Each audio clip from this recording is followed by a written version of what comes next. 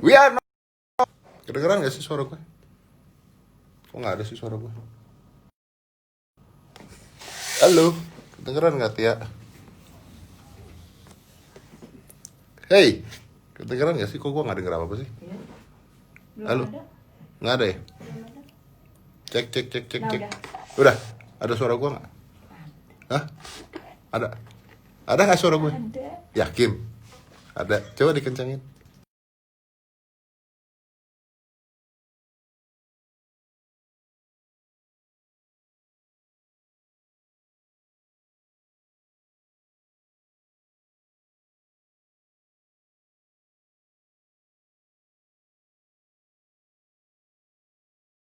Karim, gimana cara ngundangnya?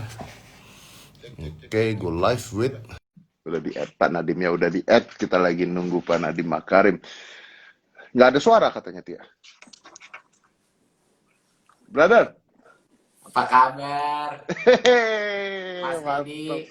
Apa kabar? Suara Apa kedengeran nggak, kabar? bro? Suara Kedengeran kedengeran nggak? jelas. Kedengeran jelas? Kedengeran. Iya, jelas, Oke, jelas, jelas. suara kedengeran jelas. Bro, ini luar biasa karena gua mengiklankannya adalah Nadim Makarim comeback to Instagram, comeback to social media. Iya, akhirnya kembali. Pertanyaan ini ditanyain orang-orang. Kenapa lu comeback ke sosial media dan kenapa dari kemarin-kemarin nggak mau main sosial media gitu? Kayaknya anti banget sama sosial media tuh kenapa gitu? Dulu, kan saya waktu itu Nah, kan di podcastnya Mas Dedi kan pernah cerita. Jadi, pada saat saya mau waktu di perusahaan maupun jadi menteri itu kan, sosmed itu buat saya selalu melihatnya banyak sekali isu-isu yang membuat saya mungkin distracted gitu ya Mas Dedi. Jadi oke. kalau saya udah tahu saya harus ngapain gitu, saya dapat informasi dari orang yang Dah, mungkin putus nih. yang tahu mengenai domainnya dan lain-lain. Tapi setelah menjadi pejabat publik, apalagi di masa krisis ini Mas Dedi, saya ini perlu mendengar langsung dari masyarakat. Saya perlu mendengar Hmm. situasi realnya itu seperti apa. Saya kan nggak bisa di semua tempat sekaligus. Jadi saya ingin Mm-mm. mengetahui apa hasil dari kebijakan kita, apa kondisi sekarang di masa pandemi, PJJ, apa saja keluhannya, apakah sosialisasi kebijakan kita itu terterima. Jadinya kalau nggak ada feedback dari masyarakat dan saya nggak punya cara untuk mendengar langsung, itu menurut saya akan menjadi menteri yang nggak seefektif yang seharusnya gitu. Jadi itulah Oke. alasannya sangat pragmatis Mas Dedi. Tapi bro, lu sadar kan dengan membuka sosial media itu akan banyak hujatan-hujatan ke Anda. Iya pasti. Gak apa-apa lah, itu normal namanya. Semakin banyak Pasrah ya. hujatan, ya ada masukan, ada hujatan, ada yang konstruktif, ada yang tidak konstruktif. Tapi ya paling tidak saya bisa menyisir gitu, mana poin-poin yang bisa menjadi pembelajaran buat saya sebagai menteri muda gitu loh. Jadi ya, Oke, walaupun tapi hinaan itu juga pembelajaran loh, Mas Dedi. Itu juga benar, menambah benar. kekebalan kita gitu. Weh, tapi nih kalau kita liatin komen nih dari tadi komen nih, hampir semua komen itu jawabnya cuman komennya gini, sekolah dong, buka dong, Yes, bosen sekolah daring dibuka nih. kan, sekolah dibuka. Saya Iya, mencoba, saya semua tuh. mencoba dengan sangat keras untuk tidak melihat komen-komen di sini, Mas Dedi. Saya nggak tahu, saya ini pertama kali IG live. Karena dulu waktu saya masih di IG belum ada nih IG live, jadi saya agak sedikit Oh, sosmed gaptek, gitu oh ya. betul, Tapi, betul, betul. tapi kalau Mas Dedi gimana sih caranya tips-tipsnya bisa IG live tapi tidak distracted dengan komen-komennya? Itu gimana caranya? Agak sulit memang. Jadi kita harus mata kalau bisa dipecah dua, atas satu, bawah satu, gitu. Satu sambil lihat komen, satu sambil ngomong. Agak sulit memang. Apalagi kalau komen-komennya kayak begini nih. Karena komennya, nah ini nih bro, komen-komen akan terus seperti ini nih. Mengatakan bahwa tolong buka sekolah. Semuanya ngomongnya buka sekolah. Kita pernah bahas itu di Betul, podcast kita kan ya. Nah, betul. yang menarik nih buat orang-orang yang nggak tahu bahwa akun Instagram Nadiem Makarim akan dipegang oleh Nadiem Makarim. Iya betul, betul. Jadi ini ya Jadi semua kontennya dari saya gitu dan bukan memang staff nih bro. bukan. Tentunya kalau ada foto-foto ya saya kan nggak bisa ngambil semua foto saya sendiri. Jadi kalau foto-foto Ya, iya, tapi semua konten tulisannya komennya saya sendiri yang beli. Jadi akan dibaca sama lu akan baca sendiri. Iya, iya. Akan saya sisihkan Oke, jeda-jeda waktu untuk baca. Nggak bisa selalu saya untuk baca, baca ya. tapi saya akan pasti alokasikan waktu. Saya juga ya Oke, penasaran gitu kan, pengen lihat terus gitu. Baru mulai lah. oke. Nah, kalau misalnya pertanyaannya kayak begini nih, ini contoh nih kita latihan Instagram. Siap, siap dilatih Latihan Mas Dedi. Ajarin saya Mas Dedi. kita latihan Instagram nih. Ada yang ngomong sekolah lagi dong, kapan lagi masuk sekolah? Kalau enggak anak bangsa jadi terlantar. Ini semuanya minta sekolah balik. Bro. Gua tahu kenapa masalahnya. Tapi kan endingnya lu akan baca itu terus, bro. Gimana lu ngejawabnya kalau kayak gitu, bro? Wah, jawabnya pertama, ini kan Instagram saya personal ya. Jadi pertama opini saya secara personal. Yang pertama yang terpenting adalah bagaimana caranya mengembalikan anak-anak ke sekolah secepat mungkin tapi juga seaman mungkin. Itu jangan lupa. Banyak yang waktu itu nuduh-nuduh, oh Mas Menteri mau PJJ diteruskan terus dan lain-lain. Tidak. Itu saya tidak ingin melakukan, sebenarnya tidak ingin melakukan PJJ. Ini terpaksa karena kondisi COVID yang bisa mengancam banyak nyawa gitu. Bukan hanya anak-anak kita tapi juga orang tua dan kakek nenek mereka di rumah. Karena kan sekolah itu kan salah satu institusi kita yang paling sering bergerombol di satu ruangan tertutup, Mas Dedi. Ya agak Ya, unik ya. sekolah gitu kan, Hmm. agak unik gitu. Nah, jadi untuk menjawab ini pertama posisi saya jelas. Saya akan melakukan apapun untuk bisa mengembalikan anak kepada sekolah tatap muka secepat mungkin, seaman mungkin gitu. Oke. Dan seperti yang sudah kita lakukan sebelumnya kan, zona kuning sama hijau sudah kita perbolehkan, tapi dengan protokol yang ketat gitu. Cuman boleh setengah dari kelas yang masuk, Mas Dedi. Jadi di Karena sekolah yang tetap muka. karena banyak orang yang menyamakan antara sekolah dengan mall. Kenapa mall boleh buka, sekolah nggak boleh buka? Kan itu endingnya kan mereka nyamain. Padahal harusnya kan sekolah itu beda dengan mall ya.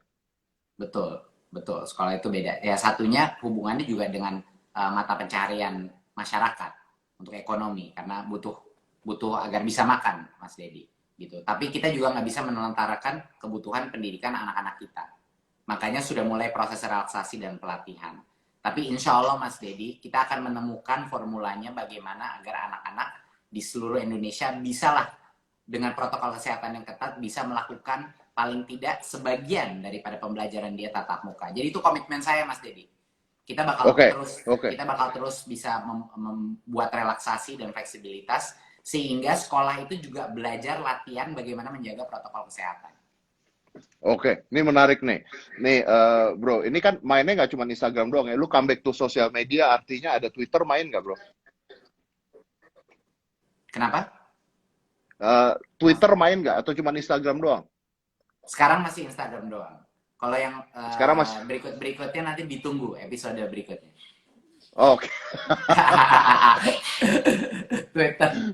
Ya, oke lah boleh bilang lah. Kalau Twitter boleh. Ini Hati-hati loh. Mas Dedi, saya ada guru satu lagi nih di rumah yang ngajarin saya Mana-mana, bro? bagaimana guru sosmed. Ini istri saya nih, Franka. Ya. Nih Mas Dedi, masalah. Hey. Ah, Dia nah, ngefans ini banget pertanyaan sama Mas menarik. Dedi. Dia ngefans banget. Gue mau tanya pertanyaan menarik nih. Ya. Apakah Instagram seorang Nadiem Makarim diawasi oleh istri? Jawabannya iya. Dibantu. Enggak, lebih tepat Mas Dedi diawasin, benar. Makasih. Itu Anda tahu dong itu lebih bahaya dibandingkan Mas Dedi diawasi bukan hanya presiden. Instagram saya saja diawasin istri, semuanya diawasin istri. Hidup saya. Berarti nanti kalau ada DM dibaca dong sama istri. Ya, ya nggak sampai segitunya. Oke. Istri juga sibuk, Soalnya bro, Mas Dedi. 3 anak kecil. Kalau lu main Instagram, terus DM dibaca sama istri, percuma main Instagram. Wah, kok gitu. Parah. Wah. Soalnya kan pasti banyak yang gangguin gitu kan. Daripada baca komen, lu baca komen. Ini gue baca komen satu lagi, coba ya kita baca komen ya. Ini ada dari user underscore IOOO. Dia bilang gini nih, Pak, PNS dapat jatah 200.000 buat kuota. Pelajar gimana Pak? Ah, tuh bro. Ada yang ngomong gitu tuh bro. Iya, itu mohon ditunggu kabarnya. Tapi itu adalah Oh, perjuangan internal saya di pemerintahan untuk memastikan bahwa ada dukungan untuk pulsa kepada murid-murid kita di masa PJJ ini. Dan itu nggak mudah, tapi sedang diperjuangkan. Mohon ditunggu kabarnya kalau saya sukses apa tidak. oke. Karena ini kerjanya kerja tim ya, lu nggak sendirian ya bro ya. Iya dong, karena anggarannya udah bisa harus juga bukan dari kementerian. Kalau masalah pulsa dan lain-lain kan harus diskusi, saya selalu berdiskusi dengan para telco operator sedang merancang dan juga dengan berbagai macam kementerian untuk berkolaborasi dan untuk menemukan anggarannya bagaimana dan mekanismenya bagaimana. Tapi insya Allah bantuan pulsa ini akan terrealisir, Mas Dedi. Kemarin waktu di acaranya Mbak Nana di Najwa, saya sudah mempertaruhkan kehormatan saya di situ. Jadinya kalau gagal saya malu juga tuh, Mas Dedi. Jadi harus. Benar.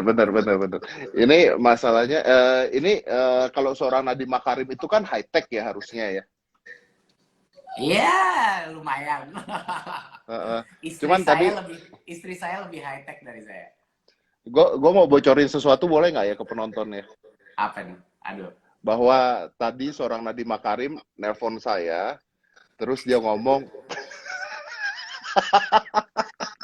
Kan Mas Dedi kan.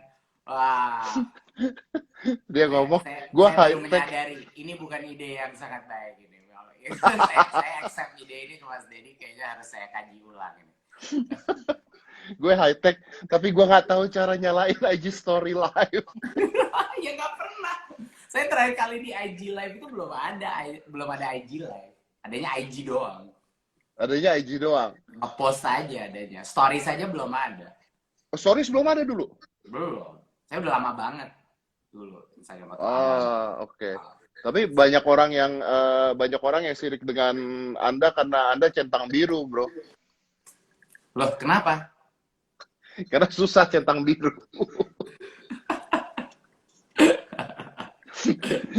Boleh jelasin ini dikit nggak? Ini Mas ini bisa jelasin saya nggak? Karena banyak orang ingin mendapatkan centang biru tersebut. centang biru, betul. Karena kalau itu centang biru official, tuh official, betul. Tapi memang harus lah, kalau menteri harus dapat centang biru. Kalau nggak kan nanti ada orang pura-pura jadi menteri, pura-pura mereplika lu, nanti jadi bahaya gitu. Kalau menurut gue sih itu. Mas Dedi centang biru kan? Saya bukan menteri tapi saya centang biru, bro. Iya, jadi gimana itu? Oke. Kok bisa dapat? Ada lah, pokoknya dapat lah. Wah, ini menarik sekali karena follower saya memantau follower Pak Nadiem udah naik 300 orang sekarang. Oh ya? Iya, ini udah naik 300 orang, kita pantau terus. Terima kasih sudah memfollow. Luar biasa nih. Nah, ini ada pertanyaan, kalau Anda main Instagram, Anda memang tiap hari mau ngeposting? Ya, goalnya adalah kalau bisa sehari adalah posting gitu. Kalau enggak ya setiap 2 hari lah atau apa gitu. Tapi minimal setiap 2 hari, kalau bisa setiap hari ada postingnya. Tergantung aktivitas saya juga. Tergantung aktivitas. Betul. Oke. Tadi tuh saya baru aja ketemu Pak Presiden tadi di sana. Nanti saya ada posting tuh fotonya sama Pak Presiden. Oh, itulah. Okay. Kalau ada yang relevan aja gitu atau menarik. Kalau ada relevan. Ada orang nanya juga, Pak, Bapak ketika main Instagram nanti kalau dikata-katain diperkarakan ITE nggak nih? Ya enggak lah. Beda lah. Kan kita kan sama-sama muda, semua mengenal lah format online ini. Kan format yang sangat merdeka ya. Gimana saya mau mengkampanyekan merdeka belajar tapi kemerdekaan mengutarakan pendapat tidak dijaga. Luar biasa. Nah, konsisten. Gua suka banget. Gua suka banget. Kulitnya tebal. Kulitnya tebal ya. Ya tapi Anda belum tahu tentang bagaimana julidnya netizen. Hati-hati. Saya sebelum ini dikabarin sih sama tim saya mengenai dan udah pernah kan saya juga ada di berbagai macam aktivitas, sudah ada di sosmed, cuman bukan akun personal. Jadi itu udah lumayan lah saya dapat update-nya gitu. Tapi mungkin nggak sepersonal ini Mas. Jadi Oke, ini very personal. Agak saya excited sih, cuman sedikit menakutkan. Tapi excited. Ini ada dari Rafe_Tle. Siap-siap aja Pak, sambil ketawa tuh dia tuh. Gak apa-apa. Saya masih aja nggak ngeliat ke bawah nih di komen-komennya sekarang. Ya. Oh Saya, iya iya iya saya iya. Iya. outsource ke Mas Dedi aja dulu. Oh iya iya. Bacain. Oke. Terus ini pada nanya nih, bro, anak-anak Anda suka nggak belajar online? Anak-anak saya umur 3 sama 2. Jadi saya punya anak umur 3, saya punya anak umur 2, sama saya punya Jadi anak belum belajar 4, online ya? 4 bulan. Udah yang umur 3 dan 2 sebenarnya udah ada kelas online-nya. Tapi sangat sulit Oh, untuk semudah itu melakukan online. Jadinya ya beban mengajar mereka ada di saya sama istri saya. Jadi tiap hari itu kita ada kurikulum membaca, kurikulum literasi. Saya harus paling tidak sehari itu bisa 2-3 buku saya bacain ke dia. Gitu. Lalu kita main game-game, game nanya bertambah dan lain-lain gitu. Tapi pokoknya ya kurikulum saya ini dari buku-buku gitu loh, jadi benar, buku-buku di rumah. benar. Dan itu bayangin Mas Dedi, saya full time menteri, tapi karena work from home juga full time ayah gitu Parents, dengan betul. iya, jadi saya juga fully merasa bebannya PJJ bagi orang tua ini, karena bagi Ini apalagi tuh, anak-anak saya kecil. ini tuh kan banyak banget yang nanya, maksudnya masuk sekolah lagi banyak banget yang nanya gitu ya. Ini sebenarnya mungkin gua mewakilkan gitu ya. Kita tuh udah sempat ngobrol, debat panjang di podcast. Sekarang udah 2 juta lebih yang nonton podcast kita berdua pada saat itu. Ya, Jadi kalau di YouTube itu kita kalinya sama 5, jadi sekitar 10 juta orang udah nonton tuh podcast lah sebenarnya. Nah, wow. Yang eh, audio lebih banyak lagi ya Mas Dedi. oh ya, yang audio banyak banget. Jadi ya bisa kita hitungnya bisa 20-30 juta orang yang mendengarkan hal tersebut. Nah, Hmm. sebenarnya Pak Nadiem ini, correct me if I'm wrong ya bro, correct me if I'm wrong. Sebenarnya Pak Nadiem ini juga setuju dengan kita semua, nggak suka adanya sekolah jarak jauh, sekolah daring. Kalau bisa secepatnya dibuka tatap muka, itu dari pembicaraan gue sama brother pada saat itu kan. Betul, betul. Tapi itu keputusan untuk melakukan itu kan ada di 4 kementerian, bukan hanya di saya. Jadi kita harus berembuk sesuai dengan apa kriteria resiko kesehatannya, Mas Dedi. Jadi yang kemarin itu sekolah itu tidak bisa dibuka atau apa, itu adalah keputusan 4 menteri. Cuman saya sebagai Kemendikbud yang menyorong, yang menjadi corongnya lah, yang mempresentasikan kebijakan tersebut, relaksasi zona kuning hijau dan lain-lain. Tapi Oke. ujung-ujungnya, harapan saya ke depannya, ujung-ujungnya ini adalah menjadi otonomi daripada masing-masing daerah, Mas Dedi. Karena itu adalah sebenarnya mereka yang paling mengetahui kondisi lapangan, situasi COVID di masing-masing daerah mereka gitu. Jadinya Benar. nanti semakin kita ke akhir tahun, menurut saya akan semakin banyak yang kita berikan kewenangan itu kepada Pemda. Karena sekarang kan Benar. diperbolehkan baru kuning hijau, yang oranye merah masih belum boleh gitu. Oke, ini ada usul dari anak-anak, I'm agree with this, saya setuju dengan usul mereka. Bro, selama daring, selama belajarnya lewat jarak jauh, boleh nggak kalau misalnya mulainya itu jam 9 pagi gitu, jangan pagi-pagi banget, kan ini di rumah, jadi lebih sulit. Maksudnya jam pelajaran tuh dikurangin bro, gitu, tolong gitu. Itu semuanya sudah bisa, Mas Dedi.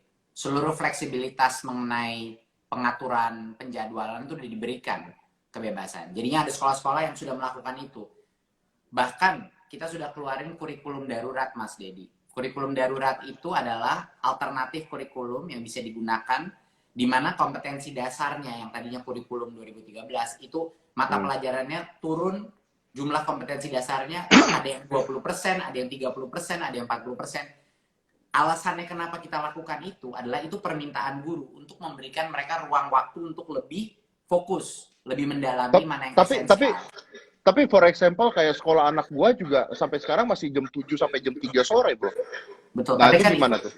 itu tergantung masing-masing sekolahnya, bagaimana mereka ingin mengatur jadwal guru-guru mereka mengajar dan lain-lain. Tapi fleksibilitas dalam mau berapa jam yang pakai online class, berapa jam yang mengerjakan soal di rumah dan lain-lain atau independent work itu sebenarnya prerogatif itu diberikan kepada masing-masing sekolah. Nah, Asal total jam bekerja sebagai gurunya itu masih terpenuhi kan, itu adalah ketentuan dinas masing-masing bahwa untuk memastikan guru itu benar-benar masuk belajar.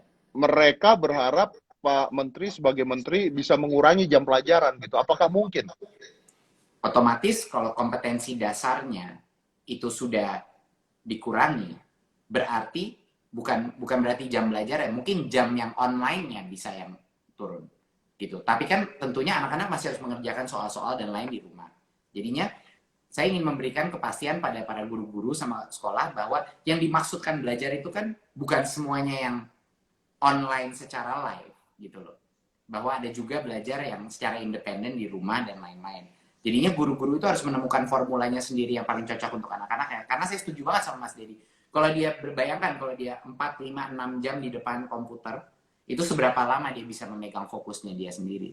Nah, apakah itu nggak bisa langsung keputusan dari menteri, bro? Maksudnya di depan komputer hanya bisa 4 jam gitu. Bisa nggak, bro? Kalau saya putuskan, itu artinya dipaksakan, itu artinya bukan merdeka belajar, Mas Dedi. Malah yang saya lagi mencoba merubah paradigmanya adalah, ayo dong, temukan formulanya sendiri. Saya tidak akan menghukum atau tidak akan melakukan berbagai macam belenggu, ini semuanya dibebaskan. Dana bos direlaksasi, kurikulum disederhanakan, metode waktu dan kriteria pengajaran guru 24 jam sudah dikesampingkan sementara masa pandemi ini. Semuanya ini udah dibuka gitu loh, rentan-rentannya. Jadinya untuk guru menentukan memberikan kemerdekaan mereka, oke. Kita harus menemukan format yang baru yang lebih efektif sehingga anak-anak itu nggak bosen, nggak jenuh, dan masih melakukan pembelajaran yang lebih esensial. Nggak usah semuanya di cover gitu. Dengan kurikulum darurat ini nggak perlu semuanya di cover. Jadi gitu Mas Dedi. Tapi sulit ya. Ini nggak mudah loh untuk Nggak mudah ya. memberikan kemerdekaan. Belum tentu itu kadang-kadang diterima, dan kadang-kadang banyak sekali guru dan sekolah yang meminta aja, kasih aja deh apa yang harus saya lakukan gitu. Tapi tanpa melakukan pemikiran itu ya susah kita melakukan pembelajaran karena masing-masing sekolah, masing-masing daerah berbeda semua. Betul, karena nih banyak sekali yang nanya nih, ini gua ada pin satu dari Fatima nih. Fatima nanya begini, soalnya gini Pak, tugas tuh numpuk banget, dan memang benar tugas numpuk banget. Terus mereka takut kalau kita nggak naik kelas semua gimana Pak? Ya, itu aturan pertama yang kita keluarkan pada saat pandemi COVID itu adalah untuk memastikan bahwa sebenarnya kriteria kelulusan itu pertama UN kan kita cancel untuk tahun ini, dan juga kriteria kelulusan kita buat lebih fleksibel, bisa menggunakan angka sebelumnya dan lain-lain gitu. Jadinya untuk tahun ini harapannya adalah sebagian besar anak yang masih mengikuti pembelajaran itu harusnya lulus, Mas Dedi. Jadinya itu memang itu sudah menjadi salah satu arahan atau mandat kepada semua kepala dinas bahwa kita pastikan jangan sampai anak-anak drop out, jangan sampai anak-anak tidak lulus. Karena masalah. Cuman gara-gara ini. Bro, ini di online aja, kita live Instagram aja sudah ada yang menghujat loh. Ada yang menyuruh Pak Nadiem mundur saja. Ada 2 orang yang ngomong kayak begitu gitu. Nah, ini yakin bro, siap nih main Instagram nih. Ya siap nggak siap, saya membutuhkan suatu tempat untuk menampung aspirasi. Saya butuh mendengar. Kalau aspirasi itu tidak konstruktif ya nggak apa-apa. Tapi pasti banyak sekali aspirasi-aspirasi dan kritikan yang konstruktif dong, yang bisa bikin kami membuat kebijakan yang lebih baik dan juga bisa melihat mengetes apa level pengertian kebijakan kita di masyarakat. Jadi ya. siap nggak siap harus saya hadapi. Ini yang memuji Anda juga banyak bro, yang memuji Anda juga banyak. Terakhir kali ini banyak sekali pertanyaan tentang wajib militer nih. Ini dari Andi Saputra dan teman-temannya. Gimana Pak dengan wajib militer, pendidikan militer? Ini kayaknya banyak yang takut nih bro. Ya, ini pun buat saya kaget waktu saya mendengar ini isu. Saya mendengarnya juga baru dari luar. Iya, karena beberapa diskusi yang sebelumnya sudah terjadi itu bukan mengenai wajib militer sama sekali. Malah itu berhubungan dengan misalnya program Kampus Merdeka, di mana mahasiswa secara voluntary kalau ingin misalnya mengikuti 1 semester misalnya pelatihan perwira atau officer training buat military, leadership military school, kayak di Amerika itu namanya kayak West Point program buat officer. Kalau sebagai kemerdekaan mahasiswa untuk memilih, saya mau dong 1 semester, mau dia masuk militer apa tidak itu masalah lain. Tapi kalau dia mau mengikuti program seperti itu selama 1 semester, harusnya menurut saya itu sangat baik gitu. Itu opini saya. nggak pernah ada diskusi mengenai wajib militer di Oh, saya. Jadi tidak itu ada itu mohon, ya, Bro ya? enggak, di saya personally tidak ada diskusi Oh, mengenai itu. Jadinya semua yang kita diskusikan adalah mengenai voluntary, ada program-program satu semester kalau mahasiswa itu ingin apply ke program kepemimpinan perwiraan atau belajar berbagai macam ilmu intelligence, ilmu militer dan lain-lain. Itu maksudnya. Kalau saya di bagian kampus Merdeka bukan masalah wajib militer, itu saya sama sekali belum mengetahui mengenai isu itu dan tentunya belum mengambil keputusan apapun. Itu hanya bagian dari kampus Merdeka. Itu yang saya tahu oke, sampai sekarang. Gitu. Jadinya oke. saya kaget waktu dengar mengenai wajib militer dan itu topik yang sangat baru dan saya pun belum sama sekali mendengar secara langsung mengenai itu. Oke, oke. Nah, ini pertanyaan gua nih mungkin ya. I don't want to disturb your time. Waktu lu pasti sibuk banget. Nggak apa-apa. Tapi For you, Mas gue Dedi, pernah. anytime lah. Thank you, brother. Tapi pertanyaan yang benar-benar bikin penasaran adalah apakah yakin seorang Nadiem Makarim itu akan ngebalesin komen orang di Instagram? Nah, itu saya nggak bisa jamin. Itu saya nggak bisa jamin karena saya orangnya waktu saya sangat terbatas. Untuk menjawab Uh, semuanya tentunya saya tidak mungkin melakukan itu. Tapi kalau oke, ada beberapa hal yang patut dijawab atau yang memang penting untuk diklarifikasi, itu pasti akan saya jawab gitu. tapi Tapi pasti yang lebih penting lagi adalah mendengar dan ya betul. membaca. Tapi pasti bukan orang lain ya yang menjawab ya. Enggak, semuanya dari saya. Oke, oke, Ya, ya, mantap, mantap. ya. Di rumah ini di rumah bro, Di rumah. di rumah. Baru Oke, pulang baru ini pulang dari istana tadi. baru pulang dari istana. Ini pertanyaan Iya. terakhir aja, pertanyaan terakhir aja. Apakah kehidupan seorang Nadiem Makarim di rumah, kebahagiaannya dengan istri dan anak-anaknya juga akan diposting di Instagram atau hanya untuk ngurusin pemerintah doang? Enggak lah, kalau anak-anak saya udah pasti enggak gitu. Mungkin kadang-kadang ada istri saya karena ya memang istri saya terlibat dalam seluruh kehidupan saya. Tapi kalau anak-anak ya memang itu hidup anak-anak saya gitu dan saya harus karena mereka belum bisa memberikan izin ke saya harus menghormati hak privasi mereka gitu. Ya, tapi ya Tapi itu apakah kemesraan dengan istri kadang-kadang makan bareng atau ngapain akan diposting di Instagram juga apa tidak ya gitu? ya kita lihatlah nanti kalau istri saya mau apa enggak. Lah, karena kalau gue pribadi gue pengen lihat yang itu bro. Maksudnya Emang, kita kan iya nggak pernah tahu. iya. Banyak yang Kita udah kan nggak minta pernah gitu, tahu. Bener. pengen tahu kehidupannya gitu, iya. Tapi Iya, seorang Nadiem Makarim ini aslinya gimana gitu loh. Kalau bangun tidur kayak apa gitu kan? Apakah stres apakah jadi menteri sekarang? Kan pengen tahu kita dari ekspresi muka Anda seperti ya, apa. kalau stres ya selalu stres lah. Mana ada sih menteri yang nggak stres di zaman krisis seperti ini? Semua stres lah, gitu. Mungkin saya stresnya lebih besar lagi karena sekolah masih banyak yang belum bisa tatap muka. Tapi ya stres semua menteri stres lah. Semua pemerintah stres lah mengurus masalah yang nggak ada SOP-nya ini Mas Dedi, krisis kayak gini. Tapi ya saya kehidupan sehari-hari ya bangun, Zoom, ngajarin anak, Zoom, meeting, ketemu Pak Presiden, balik ngasih makan anak, ngajarin anak, baca buku anak, nonton gitu. Jadi kayak full gitu. Saya baru bebas untuk sedikit relax tuh mungkin jam 8 jam 9 malam gitu.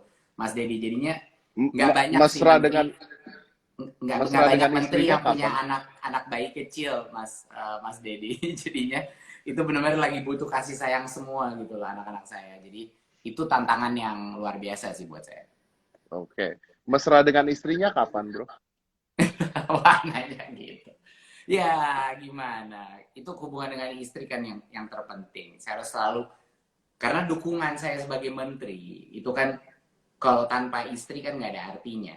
Ini Ya. semua ini yang saya lakukan ini yang nggak pernah dapat kredit, yang nggak pernah dapat pujian atau apa itu adalah ya pahlawan yang nggak kelihatan itu yaitu istri saya. Semua itu yang mendopong kehidupan saya, anak-anak saya itu istri saya. Oke. Oke, brother, thank you. Terima kasih banyak nih. Ada komen dari _IKA YSSR. Pak Menteri adalah yang terbaik nih. Gue bacain yang bagus-bagus nih sekarang nih. Biar Makasih. semangat Pak katanya tuh, ya kan? Ada yang minta Makasih. giveaway Pak, tuh, ya kan? Jadi gue bacain yang bagus-bagus supaya Anda tidak terlalu stres juga. Tapi thank you bro, sukses terus. Nih kita semua lagi dalam keadaan ya di pandemi ini pasti semuanya stres, semuanya pasti punya pendapatnya masing-masing berbeda dan berbeda pendapat itu boleh pastinya selama kita tidak merugikan orang lain juga ya. Dan saya kenal dengan Nadiem Makarim secara pribadi dan kita ngobrol banyak. Beliau juga tidak ingin ini semua terjadi. Beliau pengennya sekolah cepat dibuka. Beliau pengen anak-anak itu ada di sekolah lagi karena pelajaran tidak tatap muka itu tidak efisien menurut seorang Nadiem Makarim. Tapi apa yang dilakukan adalah mencoba apa yang terbaik di situasi yang terburuk, apa yang bisa dilakukan terbaik. Seperti itu ya bro. Betul. Dan terima kasih banyak udah live sama gue. Tapi yang paling penting adalah saya dukung Anda untuk siap-siap dihujat banyak orang di Instagram. Siap. Makasih Mas Dedi. Oke brother, terima kasih banyak. Makasih. Thank you. Makasih. Selamat siang, sukses terus bro. Makasih Mas Dedi. Yuk.